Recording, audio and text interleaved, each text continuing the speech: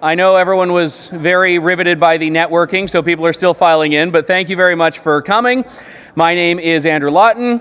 Hold your applause, it's okay. And thank you. That $20 I spent was very well spent. And this is Open Arms or Closed Borders, a discussion that's going to look at immigration, which is such a key issue in Canada. There was a report this week that found that we were on track to have more immigrants into Canada this year than ever before since 1913. And this is not even counting the 321,000 number that StatsCan estimates, is not even counting people that are coming into the country illegally. We've had huge swarms of discussions, debates, rallies about immigration. There's no national consensus on it. And I think there's no consensus within conservatism about it when you look at some of the different wings that we have in the conservative movement. So I think it's going to be a fantastic discussion today. We'll introduce our speakers very shortly, but I first want to thank for this panel specifically our bronze sponsors, Summa Strategies, Hill Times, Twitter, and Enterprise Canada. And as always throughout the conference, we're going to be taking questions after the panelists have given their initial statements, and you can ask those questions at the microphones or through the Attendify app. If you shoot me a message that is to Andrew Lawton, I'll check out those questions and put them to the panelists. If I'm on my phone, I'm not playing Angry Birds, at least not for the whole session. So thank you very much for that. Let's get to it, though. We have three very special guests on this. We've got Tim Uppal, who is a former Minister of State for Democratic Reform and for Multiculturalism, and also the former Member of Parliament for Edmonton-Sherwood Park. Also, we have Rachel Curran, who's a lawyer, commentator, and former Director of Policy to Prime Minister Stephen Harper, and Eric Duhaime, who's a columnist and commentator and host of a radio show in Quebec City, and a very popular man in the crowd there, Eric Duhaime.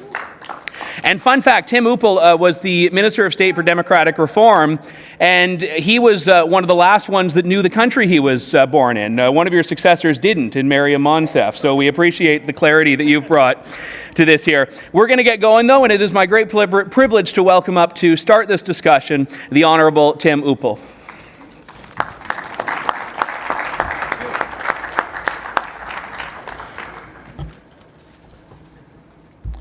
Well, thank you very much. Good morning, ladies and gentlemen, and it's great to be here at the Manning Center. And I'm sure, like many of you, I got my start into politics because of Preston Manning.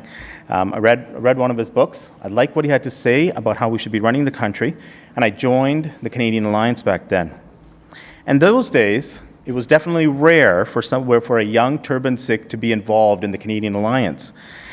Actually, even when I was engaged to my wife, Karen, who was born and raised here in Ontario, so her whole family's out here, it was like a dirty family secret that her husband-to-be was a conservative. But being from Alberta, the Conservative Party, or the Canadian Alliance at that time, was my natural political home. In fact, even a few years ago, I was speaking at an event in Toronto. I was talking on the gun registry, and this guy was heckling me from the crowd, and he yells out, "You redneck!" And I thought, yeah, that's me. And here we are. It's great to be here to speak on a very important topic, one that actually determines the makeup of our country, who your neighbors might be, or even who your children will grow up with. Immigration shapes our future as a nation. So therefore, we need robust immigration policies, a system that supports our economic needs. We need our population to steadily increase to sustain our growing economy. We need to fill skills and labor shortages, and we need people from all around the world to come to Canada. And in some cases, there are people who need to come to Canada. A mixture of economic immigration, family reunification, and refugees will address these top-line issues.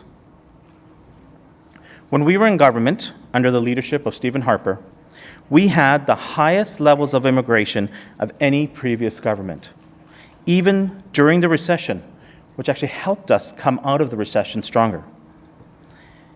And something else that's very important to note. Canadian support for immigration, was higher at that time.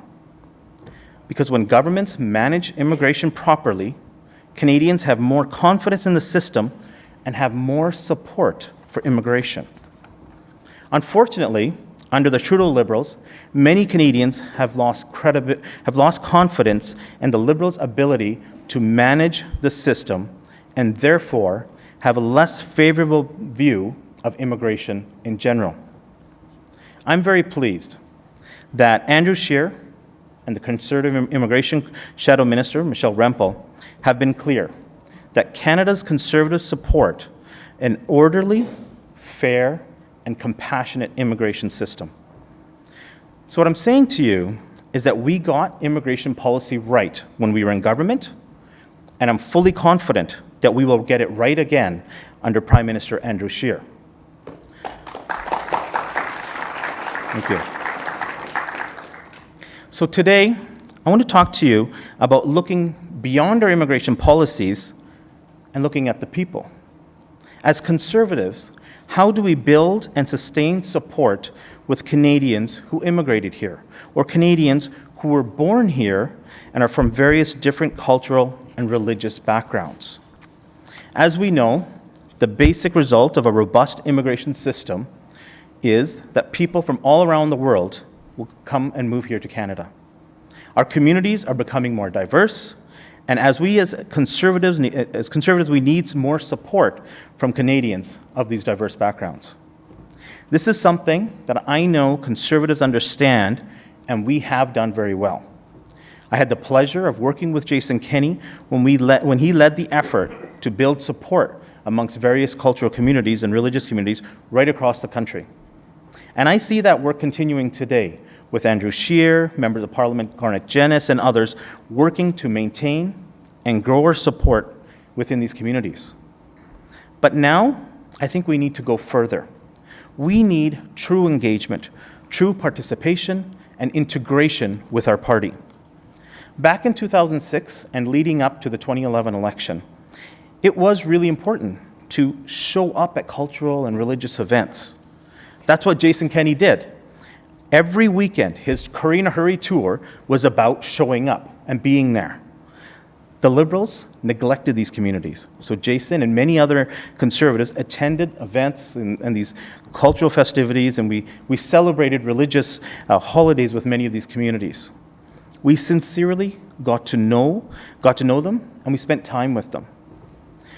The result is that we got to know community leaders, we learned more about the communities, and we got some great candidates from these communities, which was very important. And I see that happening now. We have great candidates from diverse backgrounds right across the country. But what I see missing is people from cultural communities who participate in the Conservative Party to help advance the Conservative agenda, not for a specific candidate and not for their own political ambitions, but for the Conservative movement. Also, what happens is that many of these community leaders that we worked with start to become gatekeepers. So we end up meeting a lot of the same people at these events because it's those gatekeepers who are organizing the events. And most of the people we meet are too polite to give us negative feedback because they were invited by that community leader or maybe by one of our candidates. Another dynamic that I think is a concern that we need to address is that the Canadian-born generations from these communities are much more influential now 10 years later. They're well-educated, they are the opinion leaders within their families, their network, and also now on social media. They are not beholden to community leaders or gatekeepers, and they're not as impressed with a politician who shows up at events and drops a few lines in Punjabi or Mandarin and wows the crowd. They're more concerned about sensitive issues, substantive issues. After losing the 2015 election, for the first time in a number of years, I did things that were not politics related. I did my MBA at Ivy School of Business, and I did some work for a few different organizations. And through that, I met a lot of people who would be in that demographic. And as much as I wasn't directly involved in politics, people still wanted to discuss politics with me, which I love to do, so that's okay. They also really wanted to ask me about my non-tweet. I don't know if you've seen this thing, but I was in a grocery store, and some guy looks at me and then looks at his wife and goes, "Oh yeah, we need to buy more naan bread." And so I tweeted that out. I thought it was funny, and it's got like over 4 million views. People are you that non-guy? And I'm like, yeah, I've done other things, but yeah, that's me. But anyways, so my political discussion with so many people, and again, Canadian-born, diverse backgrounds, educated, usually went a couple of different ways. People who have supported us and continue to support us, right? Great conversation, a little Trudeau bashing always makes for a good discussion. Yes, of course. Then you have others who also are disappointed with Trudeau and his government. They agree with us on so many issues, economic matters, justice issues. But then, the guy will lean in and say, but yeah, Tim, the Conservatives don't actually like us. I'm like, what? As Conservatives, we had the highest levels of immigration, and I'll throw back some stats. And he'll say, you know what I mean. And honestly, for the longest time, I didn't know what he meant. I didn't get it. Because I got involved in Conservative politics over 20 years ago. That's half my life. So it took me a long time to realize that very often, we as Conservatives, we get the big things right. We have solid policies, overall great principles, and we do the right thing for the right reasons for the betterment of Canada. But we sometimes miss on the tone, the messaging, the emotional response. We can sometimes come across as mean or end up alienating certain people.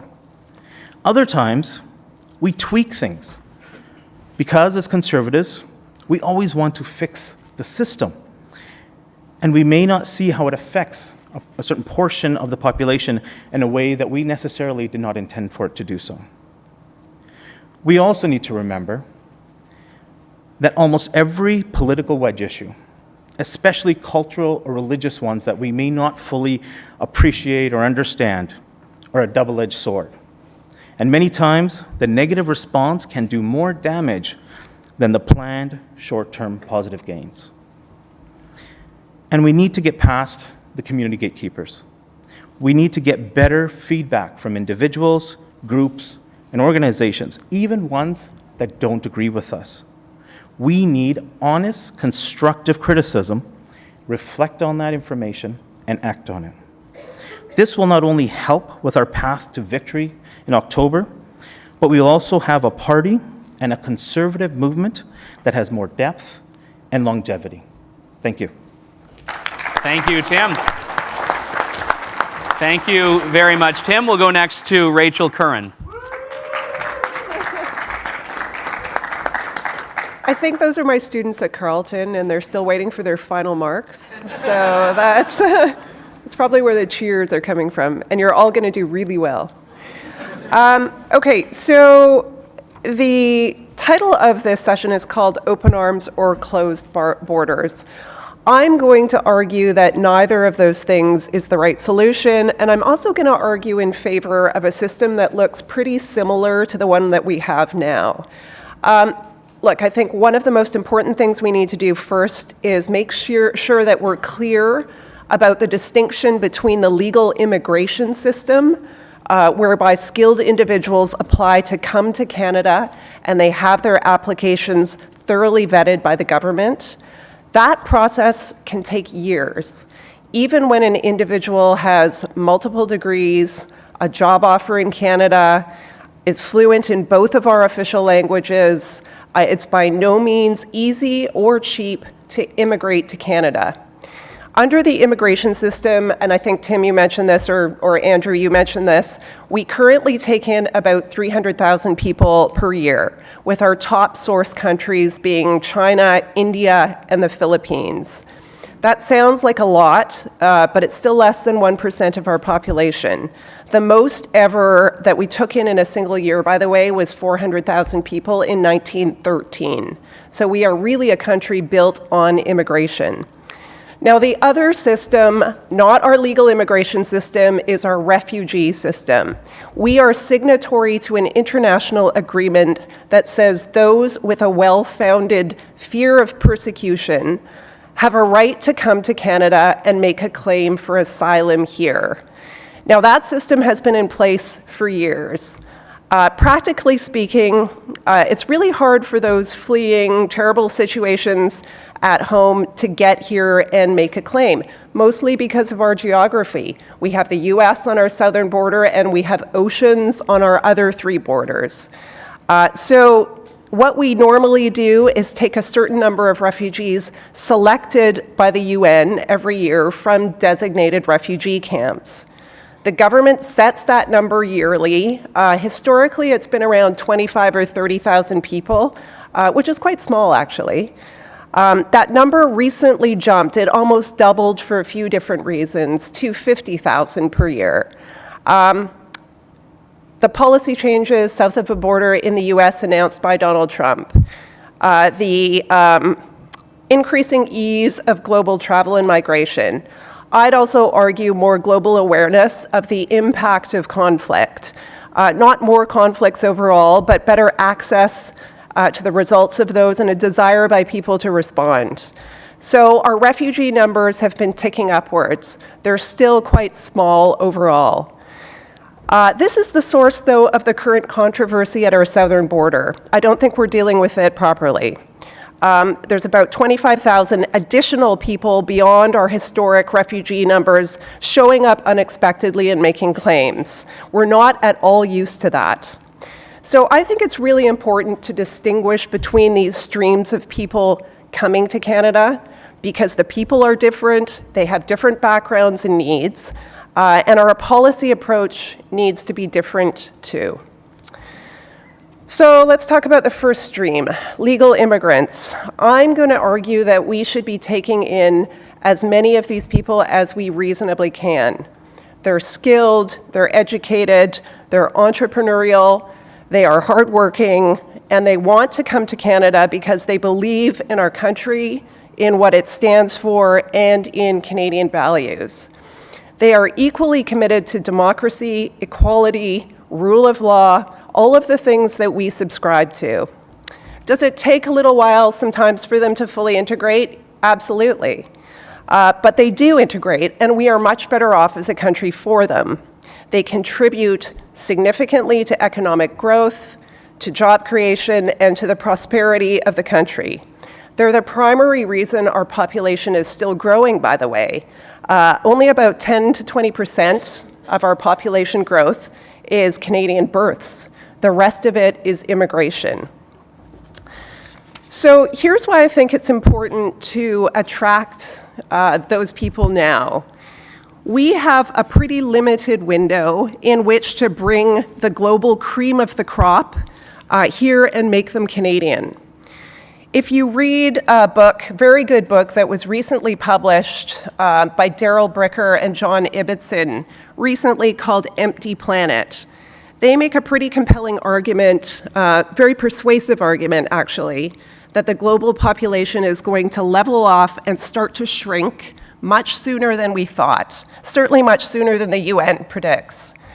Part of the reason for that is increasing levels of education, particularly female education, and prosperity in the rest of the world. People in emerging economies are joining the middle class in huge numbers. That's great for them. That's a positive thing overall. But it greatly reduces the incentive to move elsewhere, including Canada, for opportunity-related reasons. So sooner rather than later, there will not be a huge pool of people that we can select from to grow our population and grow our economy. So what are we going to do? Developed countries who don't have robust immigration systems are stagnating and shrinking. Look at Japan. Arguably, yes, great quality of life, but the country is dying a slow death as the population shrinks. China is going to have a real problem here too, by the way, because of its one-baby policy. The population's aging rapidly with not enough young people to replace them. And look, we can talk about fertility policies, but in short, they don't work. Everywhere they've been tried, they have failed. So immigration is going to be our solution to population decline, and it's going to provide us with the skills, the networks, the knowledge, the labor force that we need to compete in a global economy.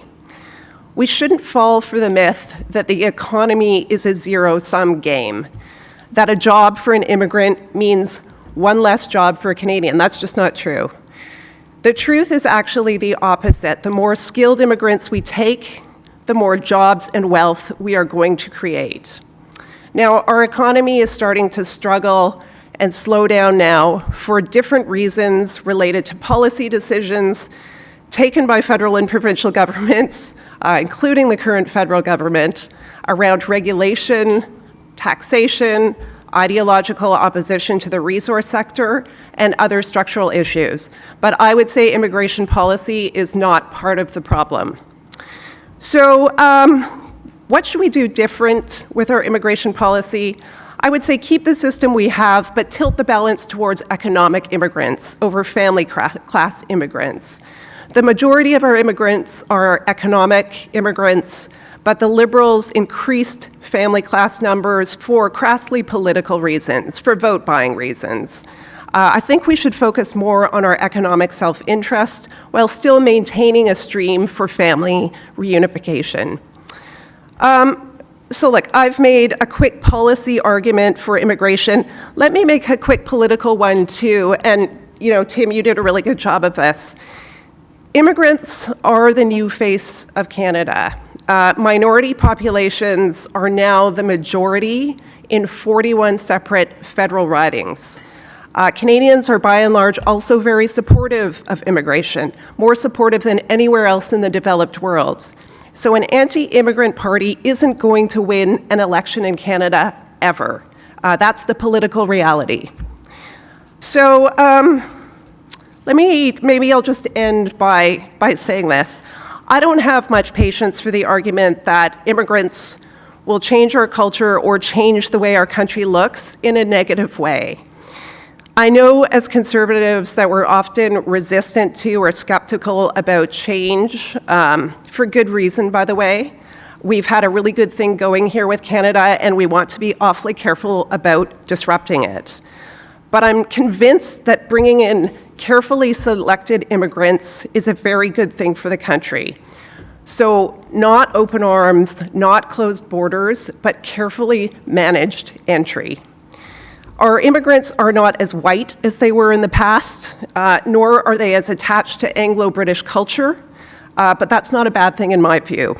What matters is that they subscribe to Canadian values and practices and are committed to contributing to Canada's success. So maybe I'll conclude there. We can talk, I think, more about the asylum situation at the border if people want to do that. It's a separate discussion, but a really important one. I think the failure by the Trudeau government to manage that situation properly has impacted public support for legal immigration. And we see that reflected in the public polling numbers. And I think that's a terrible shame.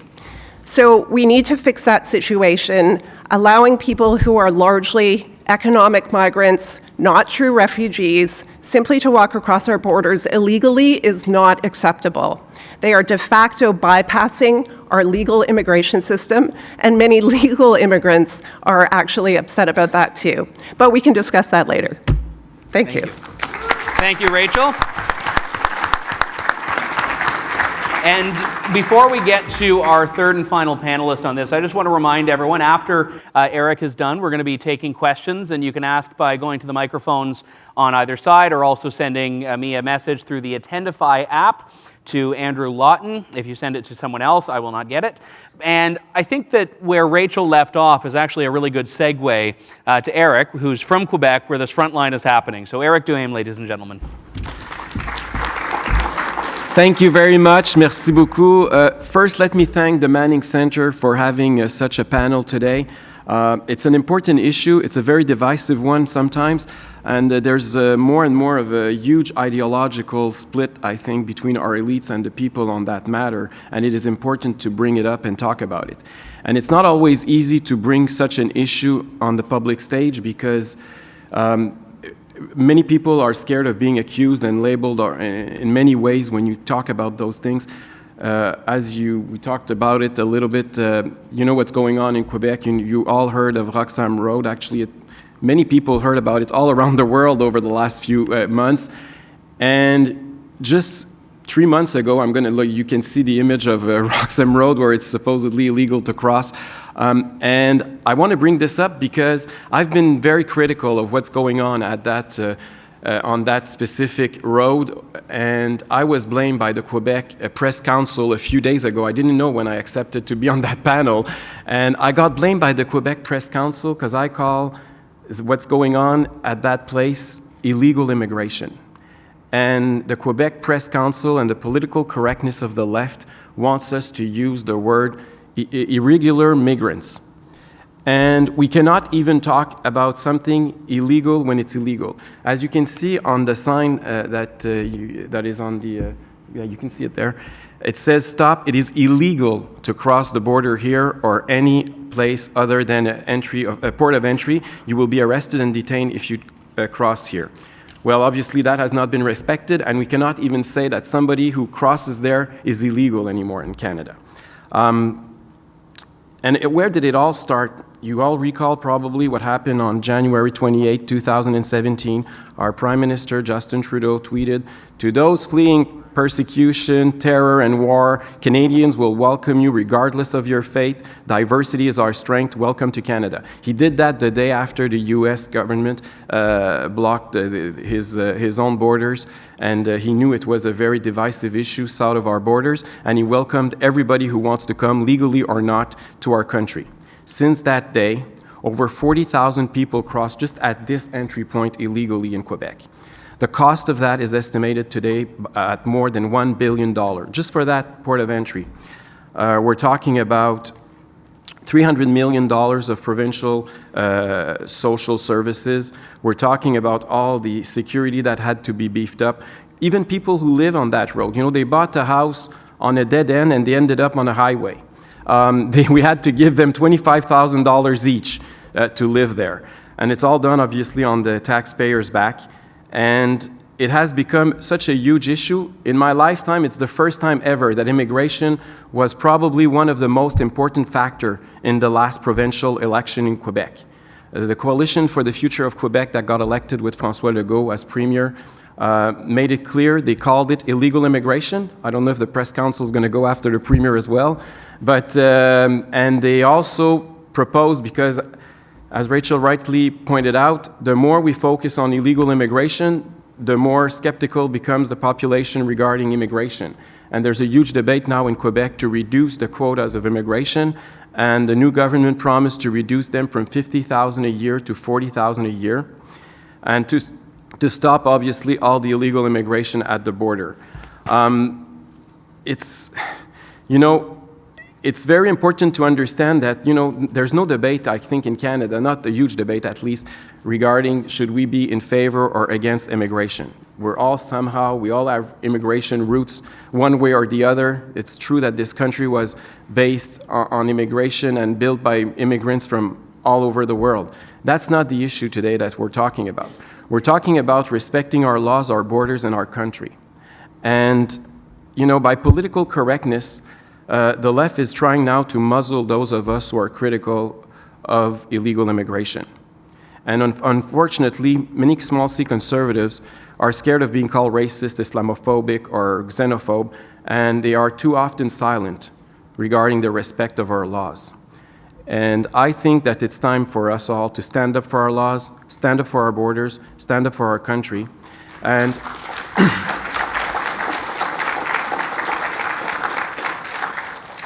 you know, and this is going to be the political issue. I mean, Tim was absolutely right when he talked earlier, you know, about, you know, the importance for small C conservatives to be perceived. And it's true that there's a perception sometimes that, you know, we're not welcoming. We have to make it crystal clear, but it's going to be crystal clear that it's going to be a political issue, and it's going to be on illegal immigration.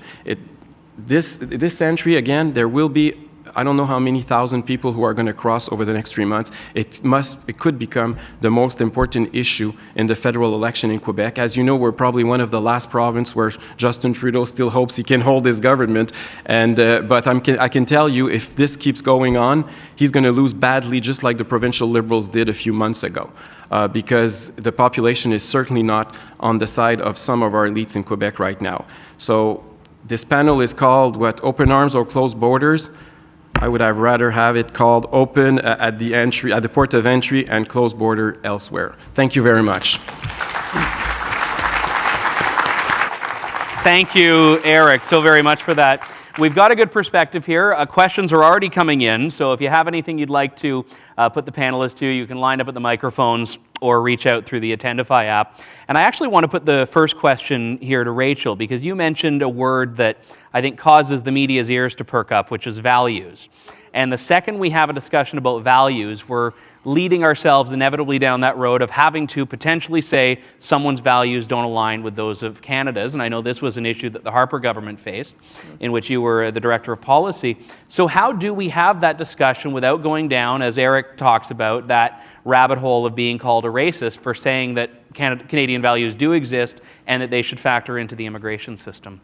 Yeah, well, of course they do. I mean, we all subscribe to these fundamental values that include, a commitment to democracy, a commitment to rule of law, although we should probably remind the current Prime Minister of that, a commitment to equality. These are written into our Constitution. They're written into the Charter of Rights, in fact. So the fact that these are the values that we have chosen to subscribe to as a society and that fundamentally underpin our system of government should come as no surprise. I think the controversy has been over, how do we ensure that the people who are coming to this country subscribe to those same values? Now, there's an expectation that immigrants will integrate, that they will become part of Canadian society, that they will embrace the values that we have already laid out as fundamental to Canadian society. And so there are always, I think, arguments over how quickly that happens, how we figure out whether the people that we are allowing to come in are sufficiently attached to those values, also how quickly that process should occur. So I think that's where the debate is, and I think that's completely legitimate. We always have discussions around accommodation of religion, for instance, and how we best do that. That's an ongoing discussion. And I think that's one that we should continue to have, and we will continue to have. But I think we shouldn't apologize for having values. We shouldn't apologize for expecting immigrants to subscribe to those values. And I think where we're going to have the debate is around how we do that, and how we figure out whether people are, whether the people we're bringing in are adhering sufficiently to them, and how we kind of test for that. I don't support values testing, which I think is a proposal that came up in the context of the CPC leadership race. I think it's sort of Orwellian to have government bureaucrats testing people or quizzing people about what they think. I also think if you have the bureaucrats in Ottawa asking people what they think, trust me, those aren't going to be conservative values. So I don't support that proposal, but I do agree we need to make sure that people who are coming here support those values, and by and large they do. Often they're fleeing countries where those values are not upheld, and they're coming to Canada because they appreciate what we have here. Does anyone else want to jump in on that? Well, the question of values in Quebec had a lot of, how could I say, a lot of support vis-à-vis the immigrants. As you know, we had a chart of values, actually, that was presented by the Parti Québécois a few years ago. And it's still very, very big because the new government wants to also ban some religious signs from the public force. So it's going to become a huge issue. But the values are at the heart of, for many people, it's changing. And in the rest of Canada, I think the debate is completely different. You have to understand that from a Quebec perspective, the first thing that we're focusing on is language, because we want immigrants to learn and speak French. And because it used to be the opposite. A strong majority of immigrants used to speak English and were assimilating to the minority. And nowadays it changed because of where the immigrants are from. But meaning having more French immigration meant also that the majority now is coming from the Maghreb, and they're coming in. Yes, they speak French sometimes much better than we do, but the problem is that they have a different value, different religious, and there's a huge clash right now. So and even if they're talking about values and they're talking about immigration, the real thing, and we have to say it's with the Muslim community and certain members of the Muslim community, and that's why we saw all those debates going on in Quebec, and all the public opinion is very, very different than in English Canada. And I think even our politicians in Quebec have a different speech than in the rest of the country, because they can say much more things in Quebec vis-a-vis immigration that will never be acceptable elsewhere in Canada. Even now, if you listen to what they say in French, all political parties, by the way, what they say in French vis-a-vis what they say in English Canada, you're having two speeches. Fascinating. Go ahead, Tim. I will say that I think part of the issue here is that many times we are confusing the idea of religious accommodation, acceptance, and embracing with the idea that somehow that's different than our current values. You can have, turban on your head, a hijab, a kippah, and still believe in equality and, justice for all and that. So we're not, just because what we see may change. People are different, they might look different. It doesn't mean that those values have actually changed. And it's values that I think are very important. Like you said, yes, we need to ensure that people can communicate with each other. So they need to learn one of the two official languages. Yes, we need to make sure that our kids can grow up together. So we want to make sure that they, treat everybody equally. But we don't have to assume that if they have a different faith or a different way of following their faith, that's going to change those basic issues. So I think these are two different things, and many times we end up, mashing them together or start to speak out against all of them when we really are only concerned about one aspect. We've got a number of questions coming in that are all very similar in this regard, so I have to put this to the panel, and we'll start with Eric and work back. How should a conservative government, or how should any government, approach the UN Compact on Migration?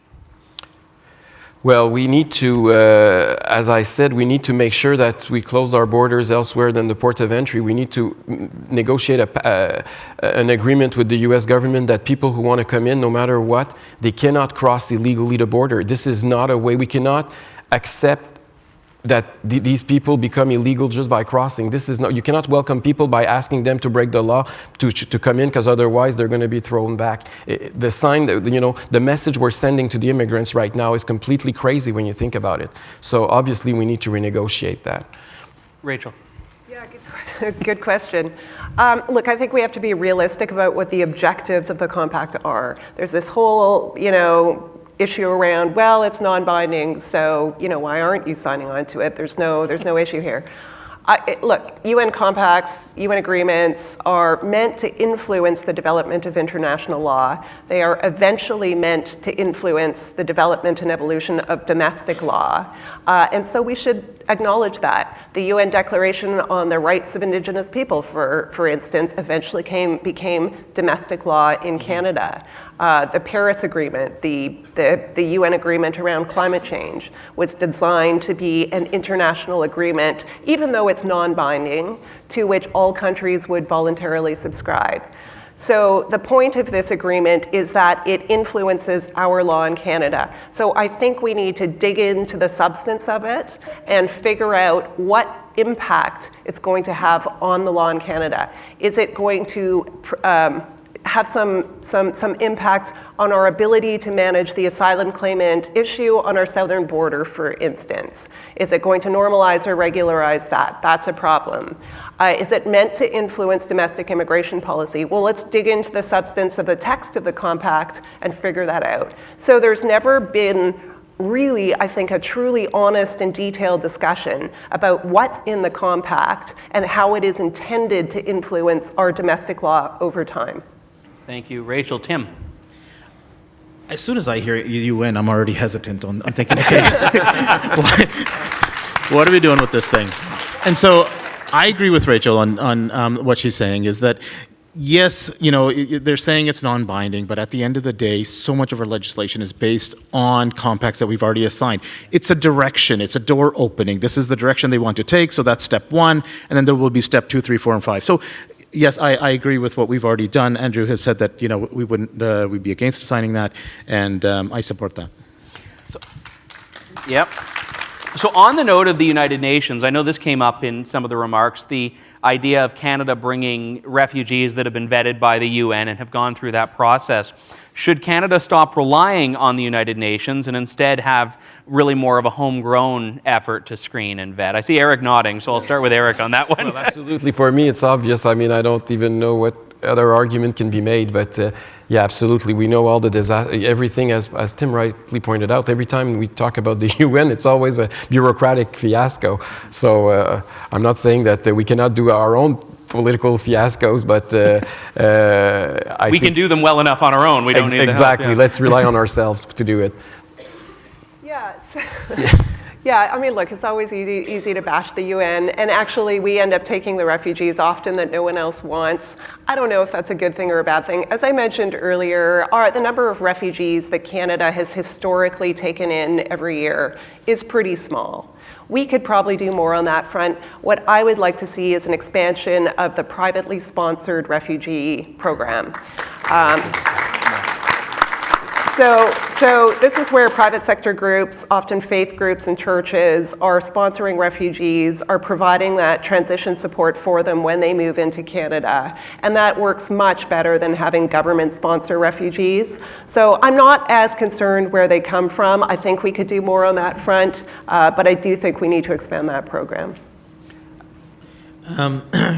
As a minister, I've had the opportunity to be on the ground where a number of the refugees are coming from, and I've had conversations directly with people who would like to apply or have applied, and especially with religious minorities. Their complaint is that the United Nations hires locals, and that a number of United Nations people who work for the United Nations locally have a bias against certain religious minorities within that demographic within the country. So I think absolutely, as Canada, we need to review those applications ourselves, and we need to make decisions, not just solely rely on the United Nations. Thank you. We're going to get back to questions from the app, but I see we have some people here. For live questions, I'll just lay a very simple ground rule. Your first question should end with or your first sentence should end with a question mark, and your second sentence shouldn't exist. So we'll start over there. So I'd just like to address something Ms. Curran said and ask if she can expand on it regarding pro-fertility policies and why they don't work, because I see them working in municipalities in Japan. Nagicho, Japan, is doubling their fertility policies with all sorts of grants for new mothers and such. And so if Ms. Curran and even the rest of you can expand on that and your thoughts on that. Thank you. That's a good question. Rachel? Yeah, there's been a range of efforts. So again, I'm going to recommend John Ibbotson and Daryl Bricker's book to you called Empty Planet, because they go through the range of fertility policies that various governments have tried and the impact of those. There's some really interesting efforts on that front in places like Hungary, for instance, where I think the government has recently announced that if you have 3 or 4 more children, you will be exempt from income tax for the rest of your life. The problem, and it sounds great, the problem is that everywhere those policies have been tried and have been implemented, they've had a negligible impact on the fertility rate. You've seen a little bit of an uptick, but not enough. And so they're incredibly expensive, and they don't actually have the effect that we think. And so that's part of the reason why Ibbotson and Bricker have said, no matter what governments are doing on this front, we're still going to see the global population level off and decline. Thank you, Rachel. Thanks for the question. We'll go over there to Matt. As a libertarian, one of the concerns I share with my conservative friends is a skepticism of the ability of government to plan the economy, education, healthcare system, all of that. Rachel, in your comments, you put a lot of emphasis on carefully selecting refugees. Why do conservatives have so much faith in the government to do that right when they can't do other things right? Well, that's a good question. Look, I think our immigration system has developed over a number of years, and I have had firsthand experience with the bureaucrats in our citizenship and immigration department who are tasked with doing these assessments. We have a pretty clear framework in place It assigns points to immigrants based on age, based on educational experience, based on ability to speak English or French, based on the skills that they have that may or may not be in demand in Canada, based on the degrees they have. So we have this framework for assessment that actually works pretty well. And the bureaucracy is just tasked with figuring out whether people fit nicely into that framework or not, assigning them a certain number of points, and then figuring out whether we're going to take them in based on that number of points that they get. So it's a system that we've developed over a number of years. Australia actually has a similar system. Other countries like Germany are looking to imitate our system too, because it's very good at selecting the cream of the crop. The people globally who are smart, who are well educated, who are going to contribute, who want to come to Canada, like our law and our system has developed over time to become pretty good at that. So we're not leaving it entirely in the hands of the bureaucrats to decide who comes here. We're giving them a pretty strict framework to figure it out. Great. We're going to give Rachel a little bit of a break on the next question because this one's for Tim. You talk about the ethnic outreach and cultural outreach that was ubiquitous from Jason Kenney and a lot of members of the Conservative government. How do parties, or how should parties find that line between constructive outreach and pandering? I think there may be some groups that say, "Hey, that's pandering. You're reaching out to them. You're going there to celebrate to them." I think those that are doing this sincerely will know. You'll know when you're gone beyond that kind of sincere consultation, and you know when you're in another country and you've dressed up in different outfits and you're dancing on stage all the time. You know when that's pandering, and there's nothing substantive about it anymore, right? This is so.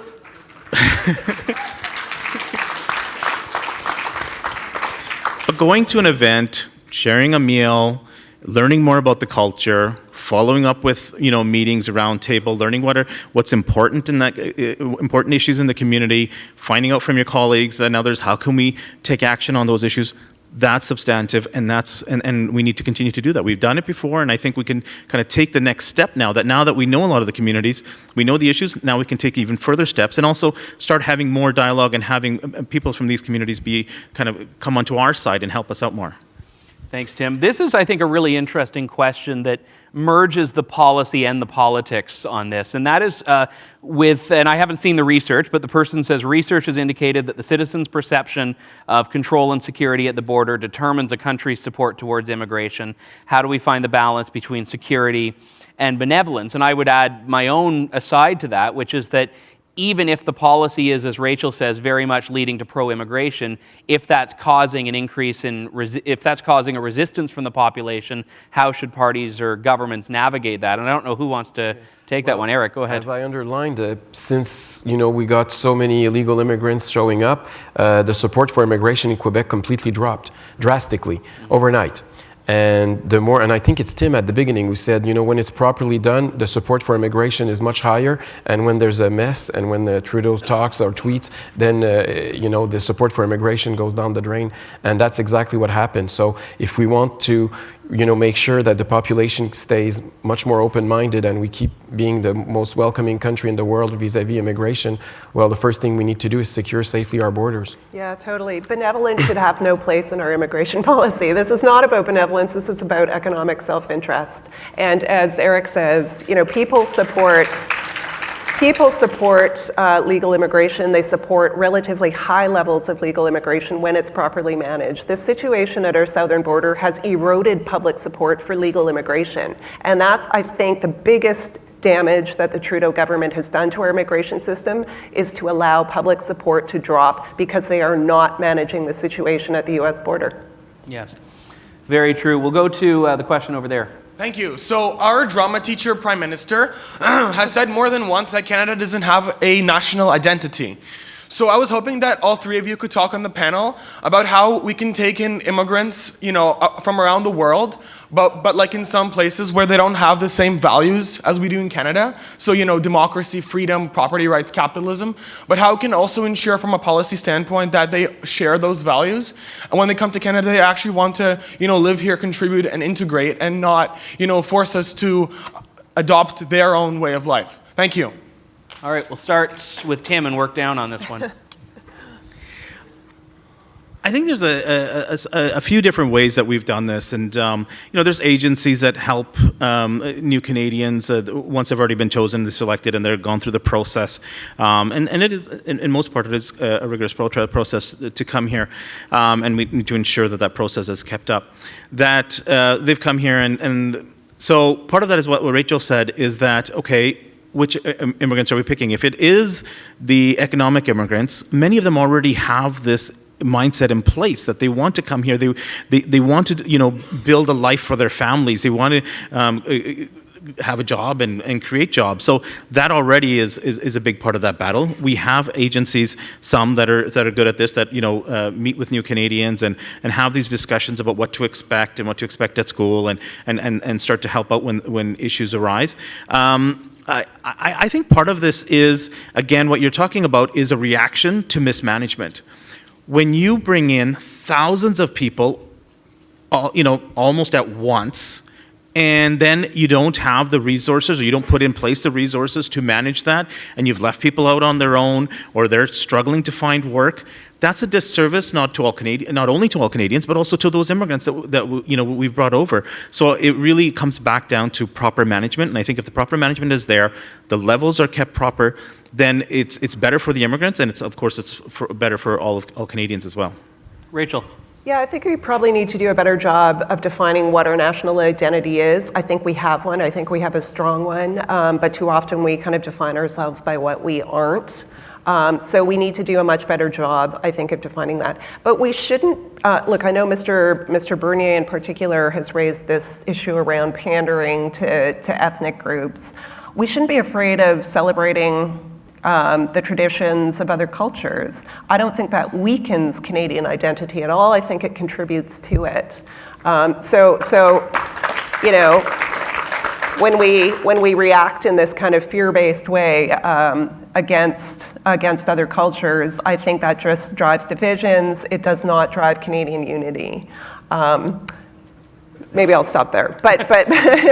But there's more to say on this issue of national identity. Right. Do you want to weigh in on this one, Eric? Yes, on national identity, curiously, I think the best way to integrate to a new country, well, I think it used to be the case. It was the job. I mean, when you get a job, that's the best way to integrate for your linguistic, the values, like the identity, everything.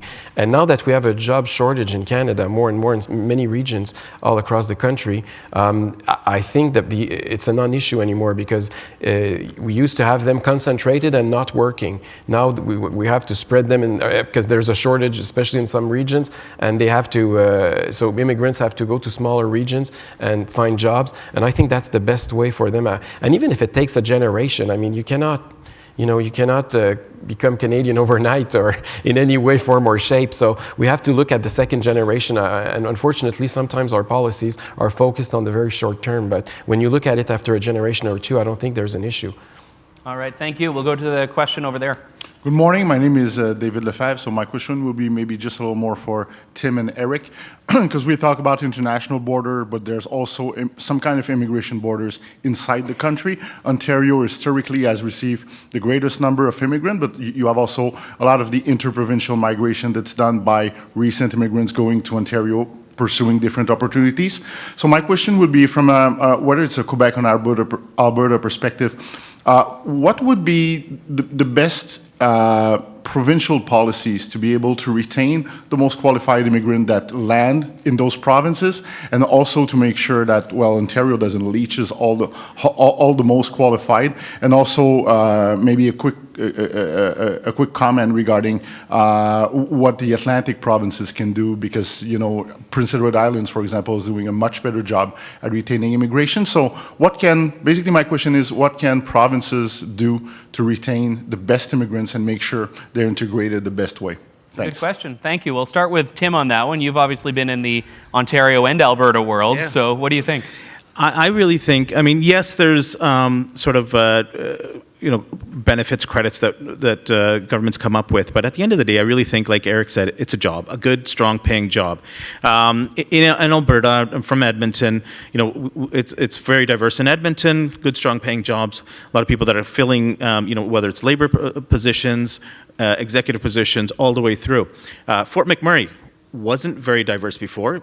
We had great paying jobs, and a lot of people moved up there. And Fort McMurray is now a pretty diverse place. So I think really it comes down to having good, strong paying jobs. What do you need for that? It's good, strong economic policies that create those jobs and keep those jobs in the country. And so a lot of this comes back not only immigration management, but how you're managing the overall country. And that's why right now, some people are leaving and we're losing some of those jobs, and there's disgruntled people. It's because we don't have that economic opportunity anymore because of the decisions that the Trudeau Liberals are making. Eric? From Quebec, yes, we have the jobs, and we used to have problems because our unemployment rate was much higher than many other provinces across Canada, especially Alberta. And but now, for a few years now, Quebec City has the lowest unemployment rate all across the country. We used to compete against Calgary, but I don't know where you guys are going, but you're not competing anymore. And fix that in about a month. But seriously, I think the jobs are obviously one thing. The other thing for us is the language. When immigrants come and their second language or their main language is French, usually the percentage that stays within the province is much, much higher than if they're from an English background. So we have to create opportunities in terms of jobs and select people who can easily learn our mother tongue. Thank you. I want to start with Rachel on this next one. We've talked a lot, and I know Eric addressed the Roxham Road issue at great length. And one way or another, we've seen $1 billion of costs. We've seen an influx of people. We've seen no real mechanism to get rid of people whose claims are denied once they're in the country. You've got hotels, homeless shelters that are filled. If there is a change in government in October, which I think most people in this room may be on the fence about, or are you wanting? I don't know. Yeah, we want it. How can a new government not undo, but actually pick that up and deal with it? Yeah, I mean, there's a whole range of policy choices you can make to deal with that situation. On the pull side, there are things you can do to ensure that people aren't showing up in the first place, including working with the US and working with source countries to make sure people aren't showing up at the border. When they arrive, you can make sure that their claims are processed much more quickly than they are now. One of the major pull factors is that asylum claimants know that their claims are going to take years to process, and they have rights of appeal that last for, up to a decade. Which means, in effect, that they're granted entry because the appeal process is so long. And they know that. They're not dumb.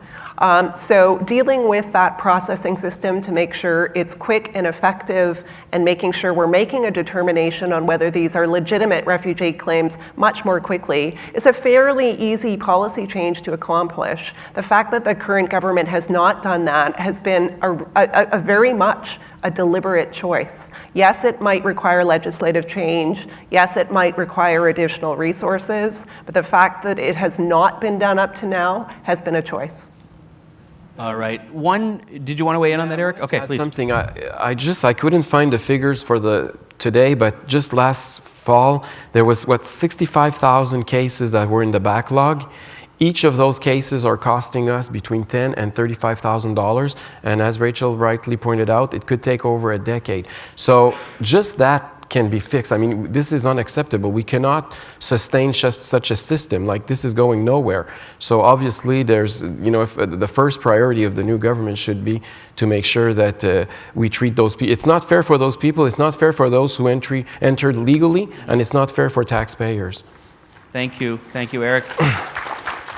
All right, we've got time for one more question from the microphone. We'll go to you, sir. Yes, Brian Pike from Newfoundland. I was involved with immigration discussions in London, England a few years back, and it was basically focused around skilled labor and investment. And the general consensus around those discussions that Canada was a very difficult place to make an application to immigrate to. So I guess my question to the board is, what can we do to send a signal out to the outside world that we are not a very difficult place to come to live? Before I put that, I want to add a question that came up that's related to that in the Attendify app here, which is about, can we do more to recognize foreign training and foreign degrees to make it easier for people? So I think those two together will be where we'll close on this, and we'll start with Tim. Sure. On the foreign credentials issue, this is something that, when we were in government, we were definitely tasked with, and we tried to work on.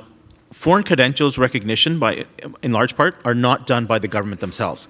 Most of these are individual bodies. A lot of them are provincially regulated that make decisions on who gets to get into a program or not, or what are the credentials that they need. And some of these credentials are possible in certain countries, and other countries it's not even available. So you may have somebody who's here trained as a doctor, but in no way are they going to be able to qualify because they have to go through so many steps to get through. So governments working with these bodies is what's needed. We've been trying to do it. I'm sure the government is doing that as well, and try to address some of those concerns. In many ways, a lot of that has been done, but it's ongoing work. As for Canada being maybe difficult to get into, I mean, Canada's for most cases, number one. We're it. Like, this is where people want to come, and then that's why we have a waiting list. We have a lot of people wanting to apply, and I think our standards should be pretty high because we can make sure that we get the best of the best. Thank you, Rachel. Yeah, great comments. I agree. Foreign credential recognition is a big issue. We certainly, during the Harper government years, poured a lot of additional resources into making sure foreign credentials were able to be recognized and people with certain skills and education could work in Canada. As far as getting the message out there that it's not difficult to get here, well, it is kind of difficult to get here. That's the problem. Look, Jason Kenney, when he was the immigration minister, set up a great program called Express Entry that worked with employers in Canada to bring in more quickly people with particular qualifications and experience who could be essentially immediately slotted into jobs. So that sped up the process quite a bit for people who were well qualified. But even under that program, look, that's supposed to take 6 months. It can take up to 2 years, even for people who have job offers in Canada. So we need to do, I think, a bit more work on the bureaucratic front, I suppose, to bring in the people who are going to be positioned to contribute to our economy and to contribute immediately and to integrate immediately. So there's much more work we can do there. Thank you, and we'll give the last word on this to Eric Duhaime. I agree that yes, we can do more on the bureaucratic side, but the message is already out at a certain extent. Andrew, you began this panel by saying that Canada will welcome more immigrants this year than ever in its history. And we do much more in terms of immigration than almost all the other Western world countries. So I think, the sign is there and people know, the word has been spread for a long time that we're welcoming people. All right, thank you. So I want to thank our panelists, Tim Uppal, Rachel Curran, and Eric Duhaime for their efforts on this. It's been absolutely tremendous. We are going to have a break for lunch now, which will be served in the bistro and also in Governor General 1 at 12:30. Facebook is doing a presentation on amplifying the good and disrupting the bad, so you can eat during that presentation and pay attention. And on a programming note, if you're checking out of the Westin today, just say you came in at Roxham Road and your bill's covered. So thank you very much, everyone. Have a great rest of the conference, and a thanks to our panelists. I'm Andrew Lawton. Enjoy your day.